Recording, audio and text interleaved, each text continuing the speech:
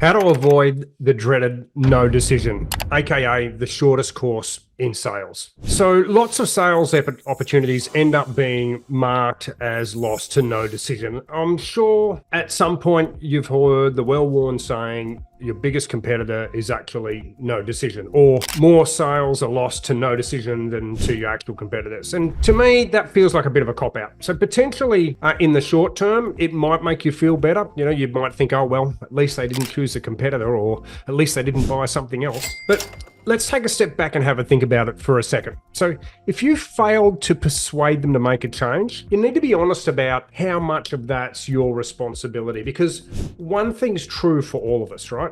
We only have a very scarce amount of selling time available to each of us. So there's some Salesforce data and that sort of thing that talks about the average seller spends about 30% of their total time on selling activities, right? So the reality is we've only got a small amount of time that we're spending doing sales. So we should be focusing on talking and selling prospects who are likely to be in the buying window. And today we've got data and the available tools around data. I'd suggest it's easier now than ever to be able to figure out who's a good client for you and who's not. So we should be able to see some of those buying signals more than ever before. So our goal should be to spend our limited available selling time with people who are more likely to be buying what we're selling. This way you're less likely to get that dreaded no decision, because trying to sell to people who aren't ready to buy will get you a high percentage of no decisions. Just because people are interested doesn't mean they have an intention to buy. So I'll say that again. Just because people are interested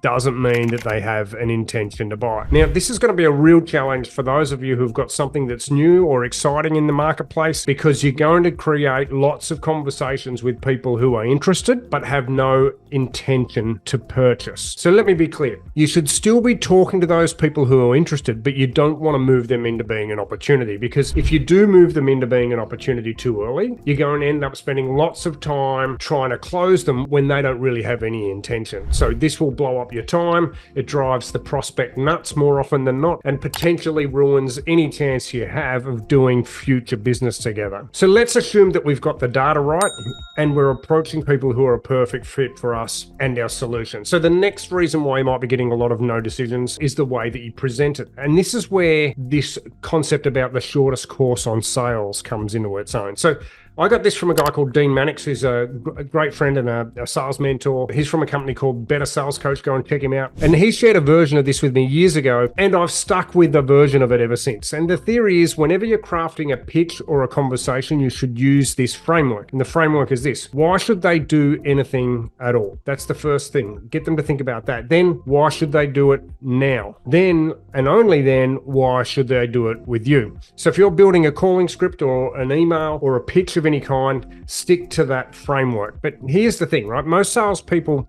actually present this back to front, and doing that helps your prospects stay at no decision. So in short, when you present this back to front, you're not giving them a compelling reason to make a change. Remember, nobody wants to make any changes in the way they're doing business right now, right? That's hard work and that's to be avoided. So if somebody sends you an email or rings you up and says, hey, you need to change what you're doing, your natural response is going to be no. I don't want to do anything more. I don't want to do anything new, right? In order for someone to move from their current status quo, they need to first agree that doing what they're doing now is not going to be a good way to operate in the future. And that's why this framework works so well. In order for you to do that, you need to first present a compelling argument around that scenario of making change. And only once they've agreed that they need to make change can they then be open to thinking about when do they need to make that change. And only once they've decided that they need to make that change soon or now, will they then start to think about who would be the best person to partner with, or who can I trust to help me make that change. To look backwards, once they agree that they should do something,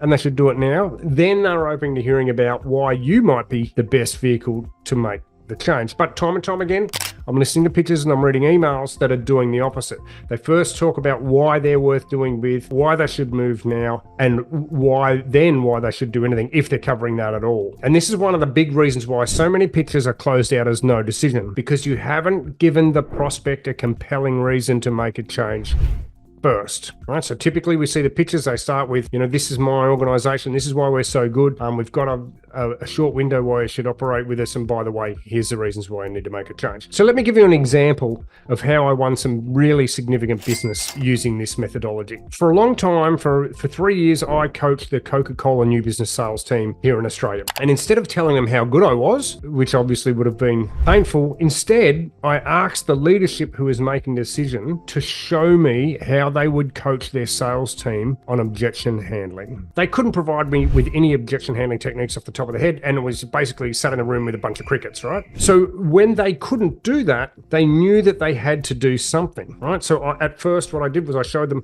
why do they need to do anything, because they can't do it themselves. So I demonstrated that. Only then I could then demonstrate why that should be me. And of course, what I did was I ran a quick little 10-minute training session right there in the moment to give them a taste of Mark McGuinness's sales training session. So I clearly demonstrated why they needed to do something, because they couldn't do it themselves. So in your email, your scripting, or your face-to-face pitches, use the shortest course on sales. It's a simple framework and it's an absolute cracker. Why do anything? Why do it now? And only then, why do it with you? You're welcome. I'm Mark McGuinness, and this is the Best of Sales Skills podcast. See you next time.